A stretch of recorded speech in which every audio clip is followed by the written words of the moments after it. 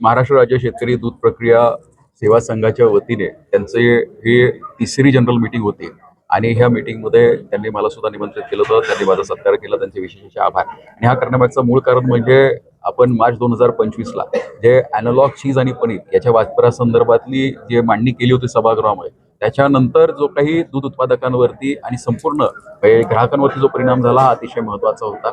मला चांगलं आठवतंय, मार्च 2025च्या आधी दुधाचे बाजारभाव हे 32-33 होते आणि आजचे दुधाचे बाजारभाव हे जवळजवळ 40 पर्यंत आलेले आहेत.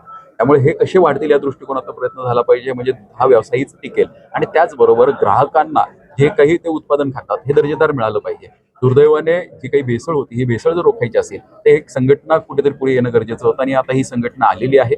मी याच्या मार्फत अजूनही आपल्या मार्फत सर्वच ग्राहकांना एक आपण जनजागृती करणं गरजेचं आहे. मीडियाने जशी आर्टिफिशियल पनीरची ज्यावेळेस मांडणी केली तर आपण सगळ्यांनी पाहिलं असेल तर एफडीएच्या ऑर्डरमध्ये त्यांनी आर्टिफिशियल पनीर बरोबर छेना ज्याला म्हणतो म्हणजे मावा याला सुद्धा महाराष्ट्र राज्यामध्ये बंदी आहे. दुर्दैवाने ही प्रसिद्धी मिळाली नाही. आपण सगळ्यांनी ते पुढे आणलं पाहिजे.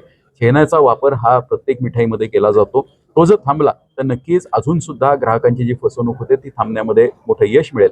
कारण ह्या ऑर्डरमध्ये स्पेसिफिकली हे नमूद करण्यात आलेलं आहे की chhena made from non dairy product, म्हणजे जे डेअरी व्यतिरिक्त प्रोडक्टपासून बनवला जाणारा छेना किंवा मावा याला संपूर्णरित्या महाराष्ट्रामध्ये आताच अलीकडच्या काळामध्ये गुजरातमध्ये, मध्य प्रदेशमध्ये, छत्तीसगडमध्ये सुद्धा पूर्णतः बंदी आहे आणि वेगवेगळे राज्य हे बंदी आणत आहेत. त्यामुळे याला प्रसिद्धी देणं अतिशय गरजेचं आहे. कारण आजही इतर राज्यातनं परराज्यातनं महाराष्ट्रामध्ये मोठ्या प्रमाणावर छेना म्हणजे मावा हा येत आहे. याला कुठेतरी आपल्याला रोख लावा लागणार. मी खरंच मागेही सांगितलं होतं, मी समर्थन करणार नाही. आपण मीडियाने सुद्धा आकडेवारी घेतली पाहिजे. जुलै महिन्यामध्ये अधिवेशन सुरू असताना मंत्री महोदयांनी उत्तरामध्ये एक मुद्दा मांडला होता की साधारण 25% दूध हे कमी झालं असावं अशी त्यांनी शंका व्यक्त केली होती. दुर्दैवाने ही शंका चुकीची होती. मी त्यावेळेसच खोडायचा प्रयत्न केला होता, पण जोपर्यंत फॅक्ट्स आणि फिगर्स नसतात तोपर्यंत याच्यावर कोणी विश्वास ठेवत नाही. माझी आपल्याला विनंती आहे की आपण जर सरकार दरबारीची आकडेवारी ती घेतली, कारण मी स्वतः आकडेवारी जी घेतली त्यानुसार मला मिळालेल्या माहितीनुसार जुलै महिन्यामध्ये 0.02% दूध हे वाढलेलं आहे. त्यामुळे एकही टक्का दूध कमी झालेलं नाही, दूध वाढलेलं आहे. दुधाचा तुटवडा मात्र 100% जाणवायला लागलेला आहे. त्याचं कारण असं आहे जे आर्टिफिशियल पनीर जे दुधापासून बनत नव्हतं हे बनण्यासाठी आता दूध डायव्हर्जन व्हायला लागलेलं आहे. त्यामुळे आपल्याला थेट ग्राहकाकडे जो तुटवडा जाणवतो आणि तुटवड्यामुळे जो बाजारभाव वाढलेला आहे त्याचं कारण एक आहे की आता खरं दूध हे पनीरमध्ये वापरायला सुरुवात झालेली आहे.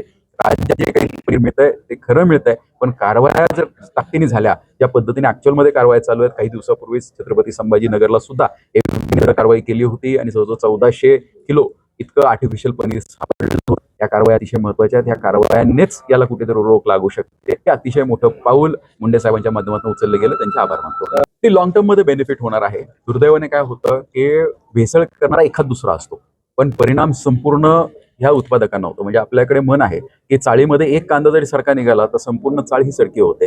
दुर्दैवाने इथे इतर सडके होत नाही, पण प्रत्येक जण बदनाम होतो. तशी दूध धंद्यामध्ये एकाने जरी भेसळ केली तर संपूर्ण दूध धंदा हा बदनाम होतो. आणि सगळ्यात महत्वाचं, महाराष्ट्र हे कायम दुधाच्या बाबतीमध्ये अग्रेसर राहिलेलं देशातलं राज्य आहे. त्यामुळे महाराष्ट्राच्या दुधाला बदनाम करायचं एक कट कारस्थान हे सुरू आहे, हे याच्यातनं पुढे येतंय. माझी विनंती आहे की हे कारस्थान कुठेतरी थांबलं पाहिजे. महाराष्ट्राचं दूध हे कालही चांगलं होतं, आजही चांगलं आहे आणि मला खात्री आहे की भविष्यात सुद्धा महाराष्ट्राचं दूध हे नक्कीच चांगलं असणार आहे. तेव्हा महाराष्ट्राच्या दुधाला जे बदनाम करतात यांनी कुठेतरी थांबणं गरजेचं आहे. कारण जे बदनाम करतात ते दुसऱ्या वाटेने हेच दूध घेऊन परत नफा कमवून विकतात याचाही कुठेतरी अभ्यास झाला पाहिजे.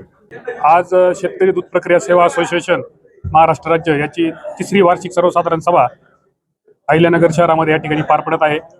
अतिशय खेळीमेळीच्या वातावरणामध्ये ही सभा या ठिकाणी पार पडलेली आहे. दूध आणि दुग्धजन्य पदार्थ याच्यावर जे प्रक्रिया करणारे उद्योजक आहेत आणि जे शेतकरी बांधव आहेत यांच्यासाठी या असोसिएशनची आम्ही 3 वर्षापूर्वी साधारणतः याची स्थापना केली होती. शेतकऱ्यांना न्याय देण्यासाठी आणि उद्योजक नवीन घडवणे आणि ग्राहकांनाही चांगले उपपदार्थ आणि दुग्धजन्य पदार्थ मिळावे हे प्रमुख वैशिष्ट्य या असोसिएशनचं या ठिकाणी आहे. जनजागृती या असोसिएशनतर्फे केली जाते आणि कोणत्याही अडीअडचणी असतील तर त्या शासन दरबारी आणि सर्व ज्या क्षेत्रातील जे अडचणी असतील त्या सर्व विभागाला एकत्रित घेऊन सोडवण्याचा आम्ही या ठिकाणी प्रयत्न करत असतो.